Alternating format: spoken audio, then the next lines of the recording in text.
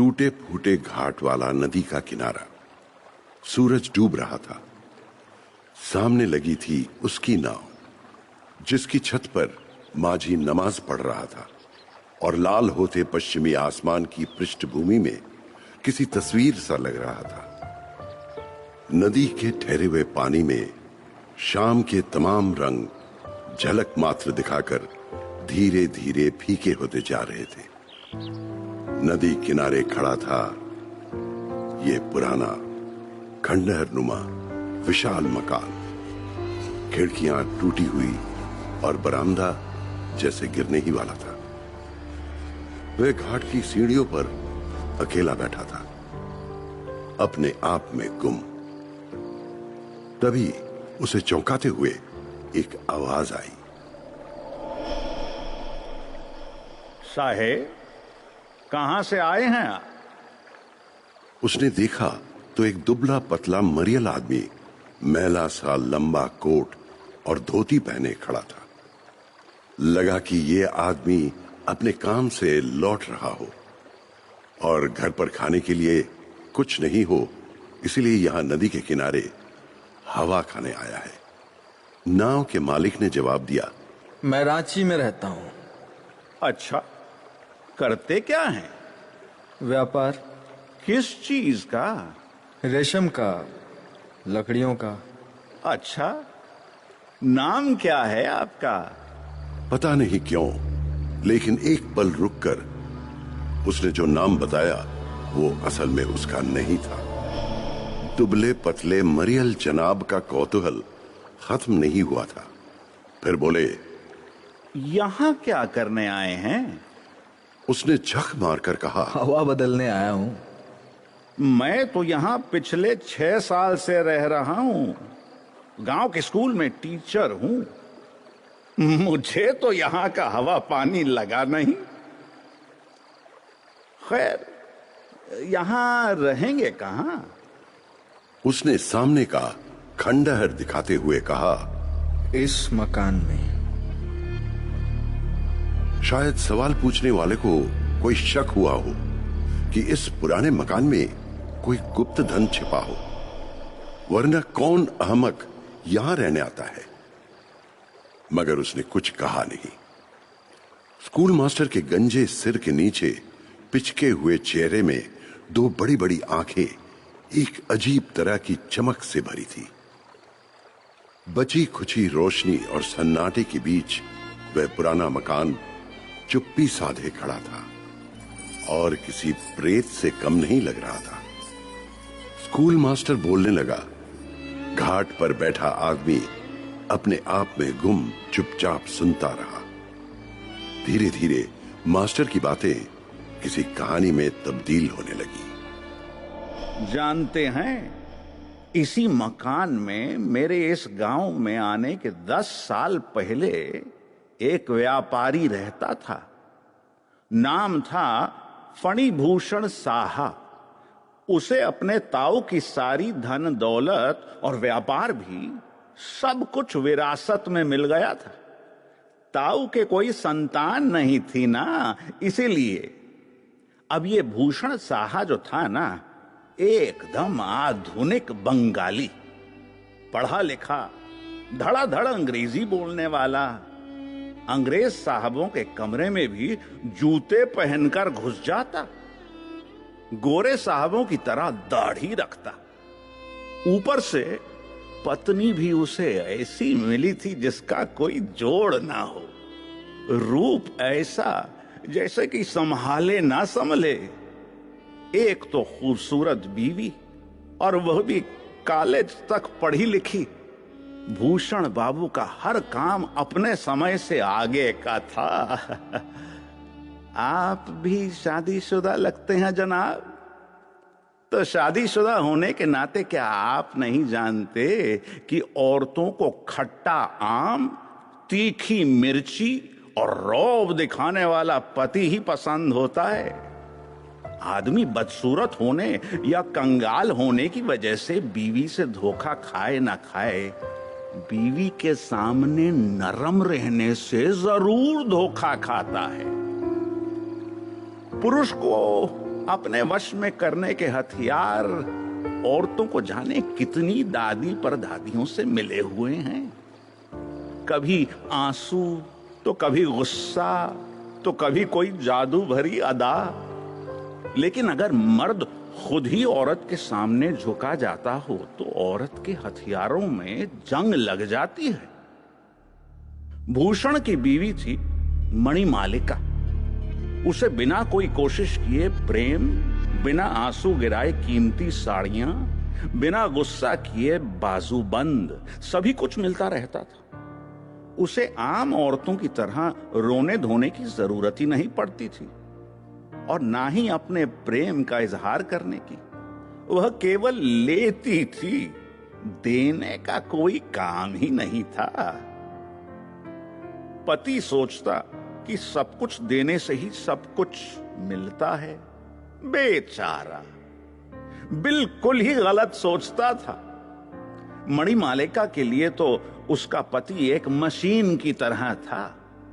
ढाका की मलमल और सोने के कंगन जुगाड़ करने की मशीन, और कुछ नहीं। अरे आप घर आ गए? तुम शायद सो रही थी, इसीलिए नहीं बुलाया। कुछ खाना है? नहीं, तुम बैठो, जरा गौर से एक बार देखूं तो तुम्हें। अच्छा, जैसे पहले कभी देखा ही नहीं। इन नए झुमकों को पहने हुए तो नहीं देखा ना? अरे वाह, नए झुमके! मैं अभी इन्हें पहन कर आई। जरा देखो तो सही, ये मुझ पर कैसे दिखते हैं।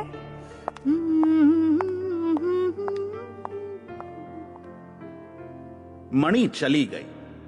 भूषण बाबू अपनी सुंदर बीवी को नजदीक से देखने का अरमान मन में लिए बैठे रह गए।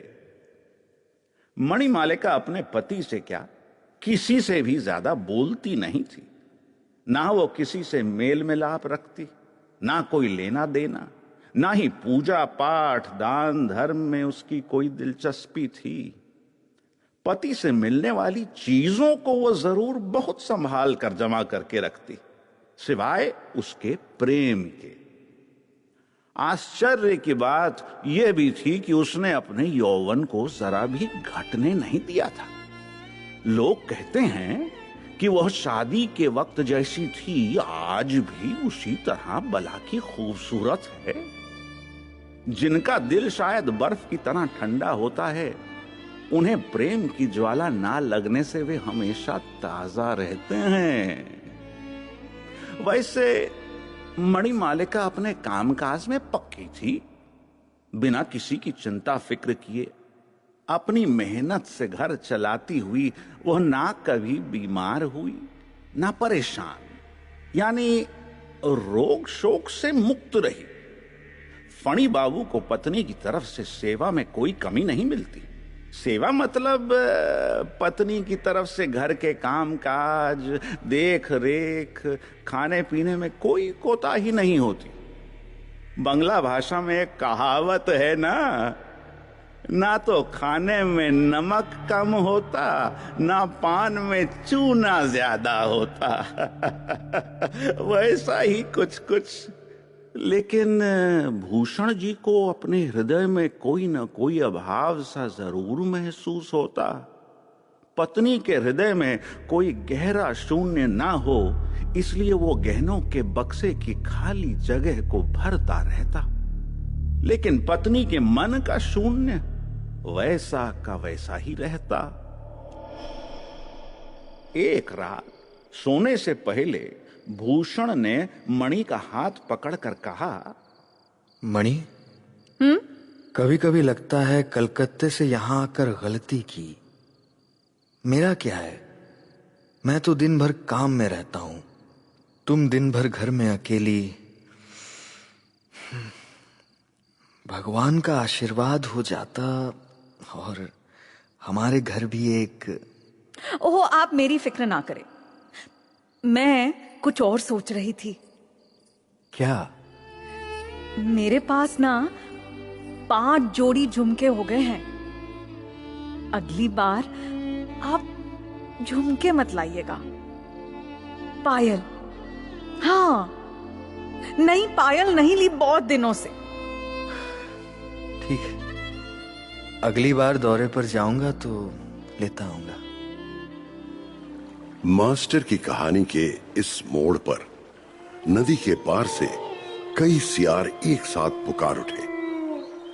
मानव पति पत्नी के संबंधों की मास्टर साहब की इस व्याख्या पर हंस रहे हो।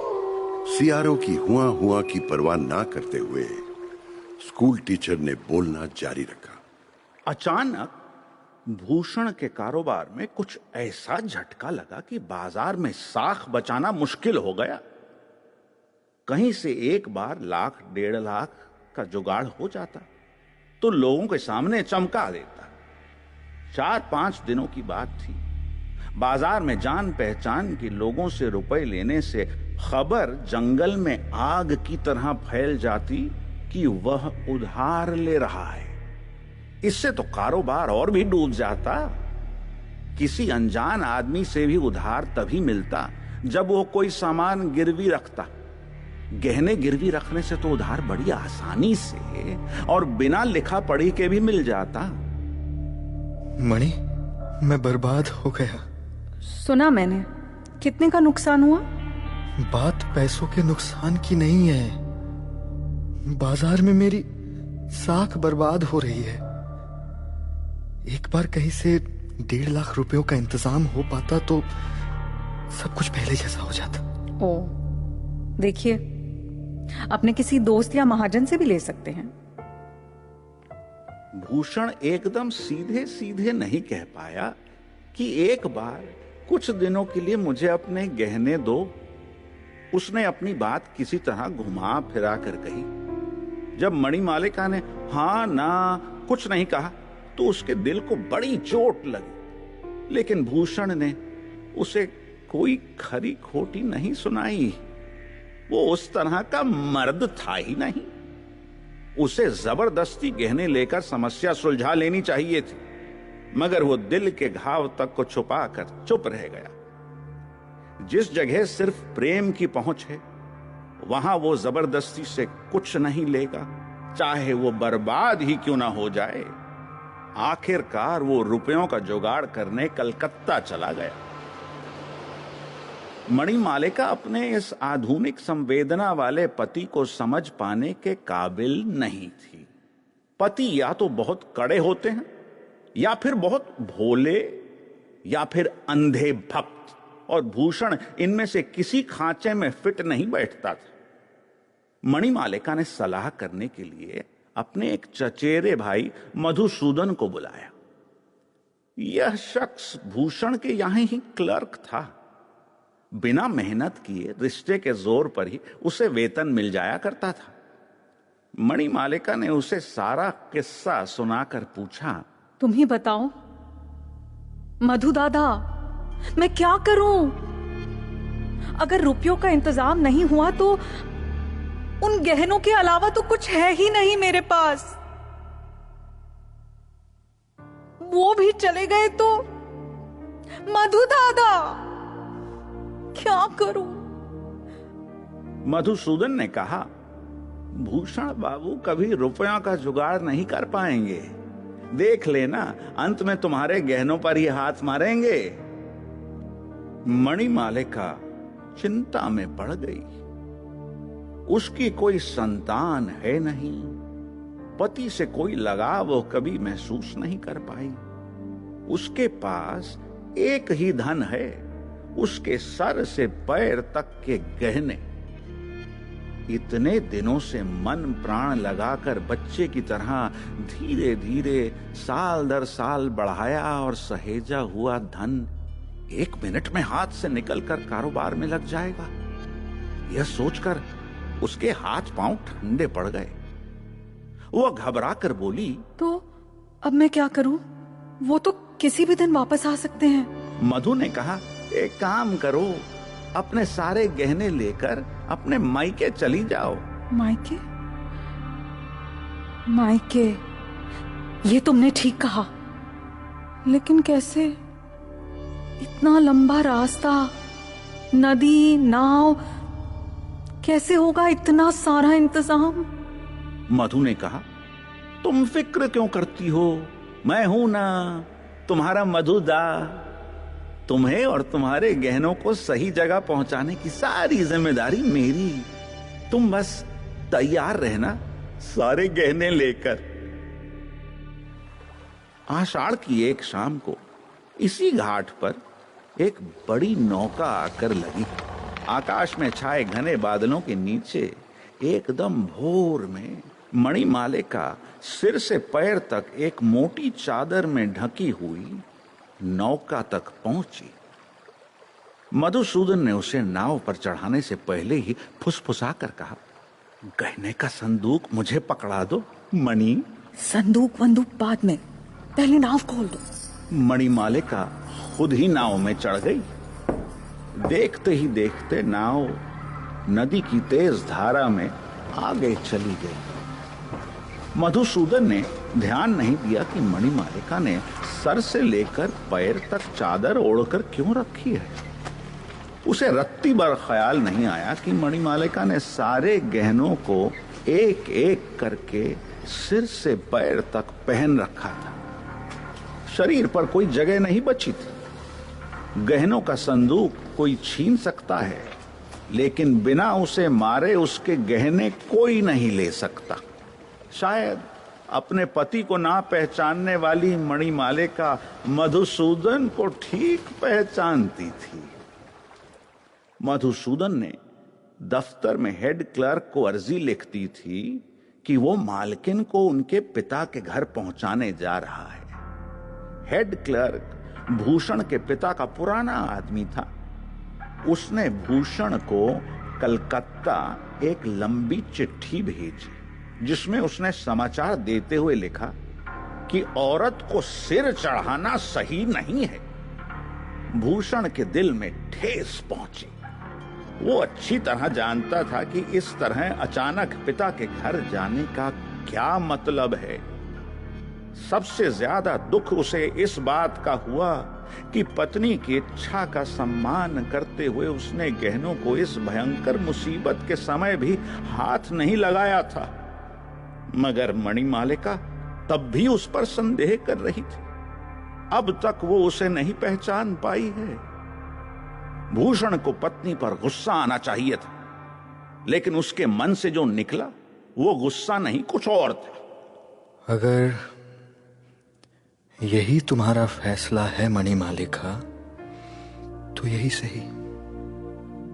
दरअसल भूषण को 19वीं सदी में ना होकर 5-6 शताब्दी के बाद पैदा होना चाहिए था।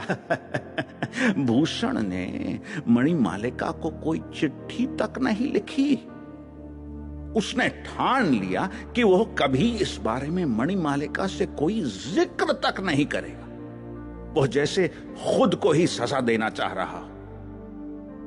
किसी तरह रुपयों का इंतजाम कर भूषण 10-12 दिन में घर लौटा।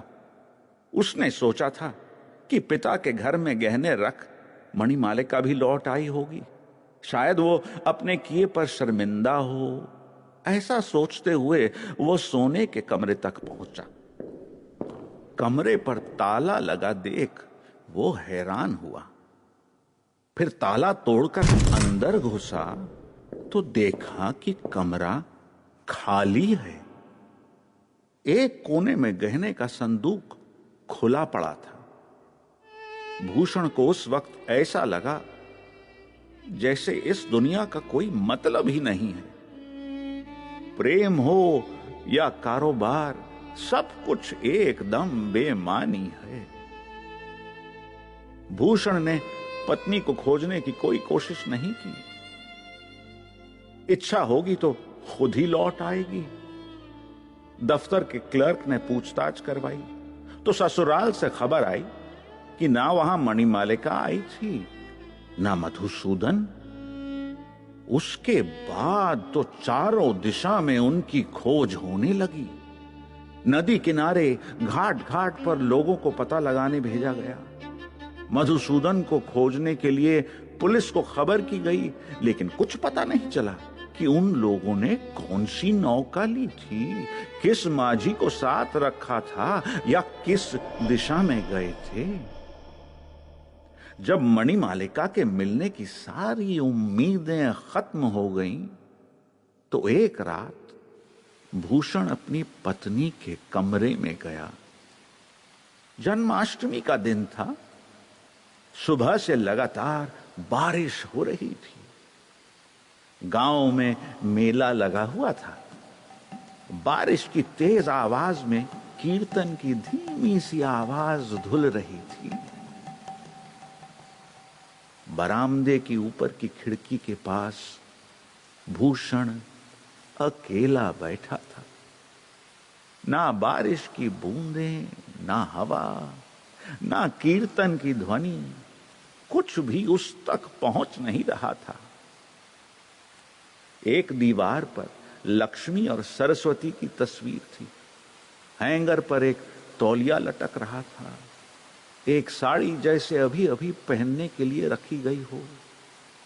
एक कोने में पीतल का पानदान रखा था, जिसमें मणिमालिका के हाथ के बनाए पान रखे थे, जो अब बिल्कुल सूख गए थे। कांच की अलमारी में उसके बचपन की चीनी मिट्टी की गुड़िया, सेंट की शीशी, रंगीन कांच की बोतलें, ताश, समुद्री शंख, ये सारी चीजें जैसे बहुत प्रेम से संभाल कर रखी गई थी। आले में एक गोल केरासन का लैंप था, जिसे हर शाम मणिमालिका अपने हाथ से जलाती थी। सारी रात जलकर काला पड़ा ये लैंप, यही उसकी अंतिम रात का साक्षी था। यह सब कुछ देखते देखते, छूते छूते भूषण के सीने से एक आह सी निकली और उसके मन की आवाज दीवारों से टकराकर उसके कानों में गूंजती रही। जो हमारा सब कुछ लेकर चला जाता है, वो अपनी इतनी यादें, इतना इतिहास, अपने हृदय की इतनी छाप, इन बेजान चीजों पर इस तरह क्यों छोड़ जाता है? आओ मणिमालिका, आओ। तुम्हारा दीप तुम ही जलाओ। ये तुम्हारा घर है, तुम ही इसे रोशन करो। आईने के सामने खड़ी होकर तुम्हारी ये जतन से रखी साड़ी तुम ही पहनो। तुम्हारी चीजें तुम्हारा इंतजार कर रही हैं।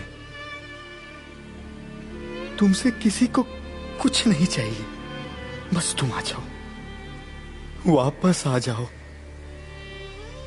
तुम्हारी सुंदरता से इन सारी बिखरी हुई बेजान चीजों में फिर से जान आएगी।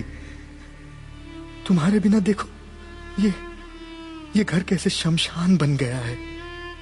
मणि, वापस आओ मणि, एक बार वापस आ जाओ। रात गहरी होती गई, बारिश रुक गई, कीर्तन रुक गया।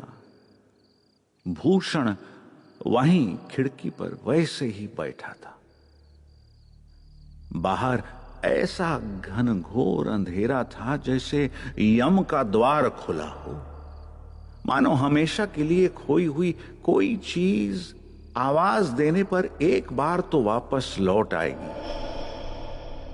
तभी एक ठक ठक की आवाज के साथ गहनों की छम छम सुनाई दी। ऐसा लगा कि नदी के घाट की सीढ़ियों से उठकर आवाज पास आ रही हो। अंधकार ऐसा था कि नदी मानो उसी में घुल गई थी। आनंद से भरे हृदय से भूषण ने आंखें फाड़ फाड़ कर देखना चाहा, पर अंधकार जैसे और घना हो गया। वह आवाज घाट से घर की तरफ बढ़ रही थी और मुख्य दरवाजे पर आकर रुक गई।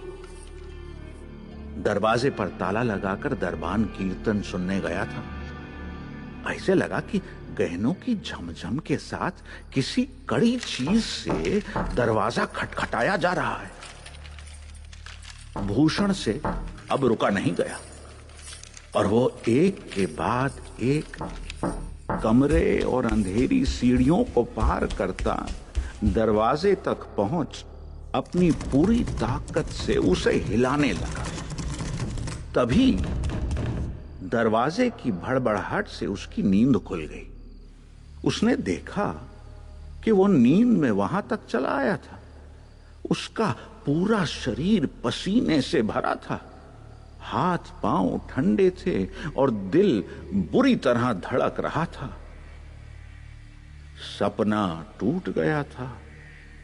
बाहर कोई आवाज नहीं थी, सिर्फ बारिश के बूंदों की आवाज और उसमें घुले हुए कीर्तन के शब्द। क्या यह सपना ही था, और वो भी इतना सच जैसा? भूषण को लगा कि जरा सी गड़बड़ी के कारण उसकी घनघोर इच्छा पूरी होते होते रह गई थी। बारिश की झड़ी और कीर्तन के स्वर जैसे उसे कह रहे थे, यह जागना ही स्वप्न है। उसके अगले दिन भी मेला था और कीर्तन भी। भूषण ने नौकरों को बुलाकर आदेश दिया, आज सारी रात मुख्य दरवाजा खुला रहेगा। नौकरों ने कहा, मेले में ना जाने कहां कहां से लोग आए हुए हैं मालिक, दरवाजा खुला रखना ठीक नहीं होगा, या फिर हमको पूरी रात यहां पहरा देना होगा। नहीं, पहरा देने की कोई जरूरत नहीं। तुम लोग कीर्तन में जाओ और दरवाजा भी खुला रहेगा। उस रात भूषण फिर अंधेरा कर सोने के कमरे की उसी खिड़की पर जा बैठा।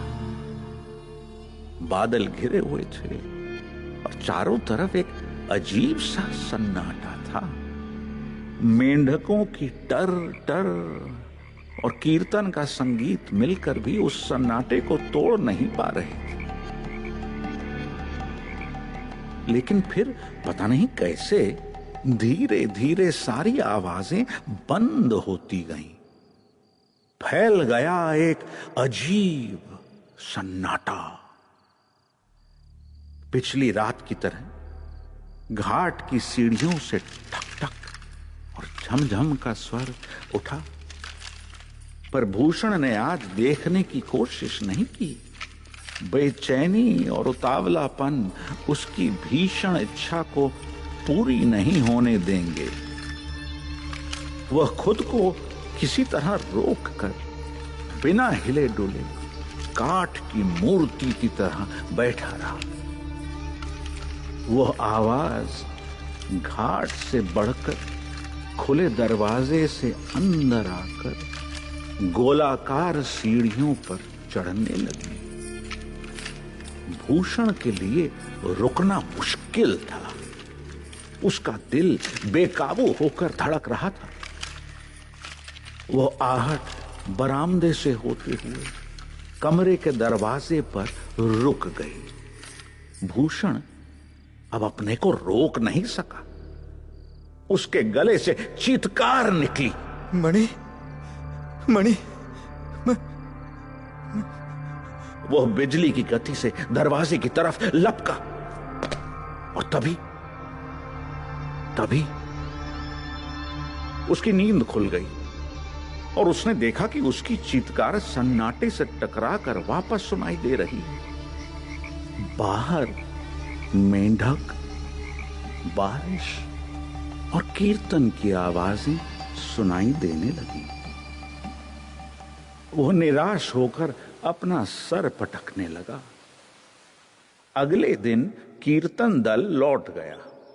भूषण ने फिर से सारे नौकरों को बुलाया और आदेश दिया कि आज रात उसे छोड़कर कोई मकान में नहीं रहेगा। नौकरों ने सोचा कि शायद मालिक कोई तांत्रिक साधना कर रहे हैं। उस दिन भूषण ने पूरे दिन उपवास रखा। रात होने पर भूषण खाली मकान में उसी खिड़की पर बैठ गया। आकाश में बादल नहीं थे और तारे साफ चमक रहे थे। कृष्ण पक्ष की दशमी का चांद उगने में देर थी।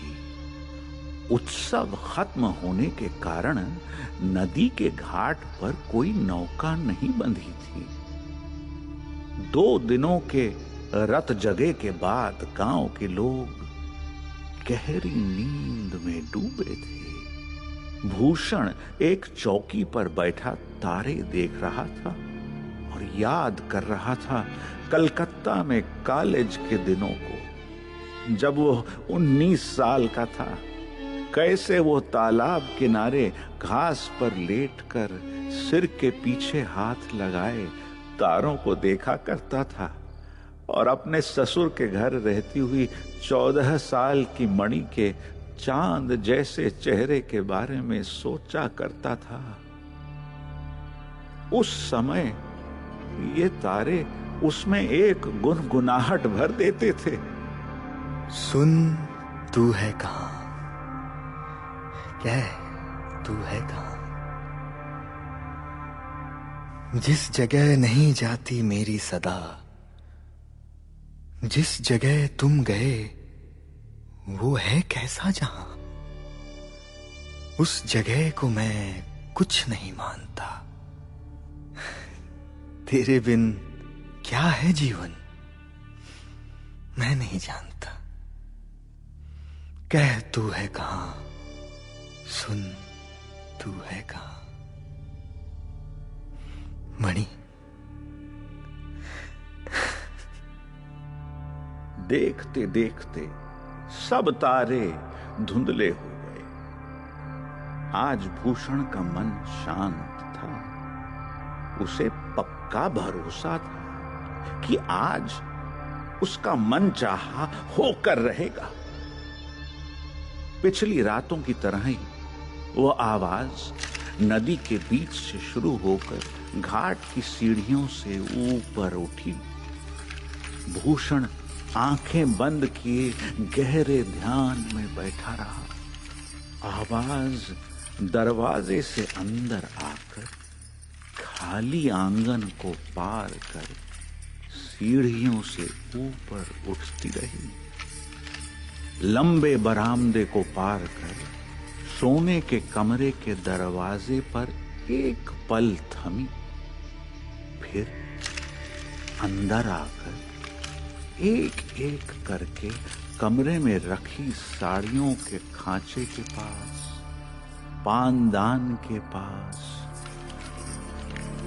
और विचित्र सामानों से भरी कांच की अलमारी के पास रुकी। फिर भूषण के बिल्कुल पास आकर रुक गई। अब भूषण ने आंखें खोली। टेढ़े चांद की रोशनी में उसने देखा कि ठीक उसके सामने है एक कंकाल। उसकी सारी उंगलियों में अंगूठियां थीं, हाथों में कंगन लदे थे, बाहों में बाजू बंद, गले में हार और सिर पर एक मुकुट और ना जाने क्या क्या था। ऊपर से नीचे तक सोने और हीरे से जगमगा।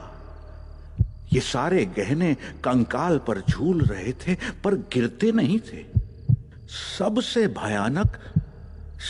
भयानक तो उसकी आंखें थीं, जो हड्डियों के कोटरों में एकदम जिंदा दिख रही थीं। वही आंखों के सजल काले तारे, वही लंबी घनी पलकों से सजी आंखें, वही शांत दृष्टि।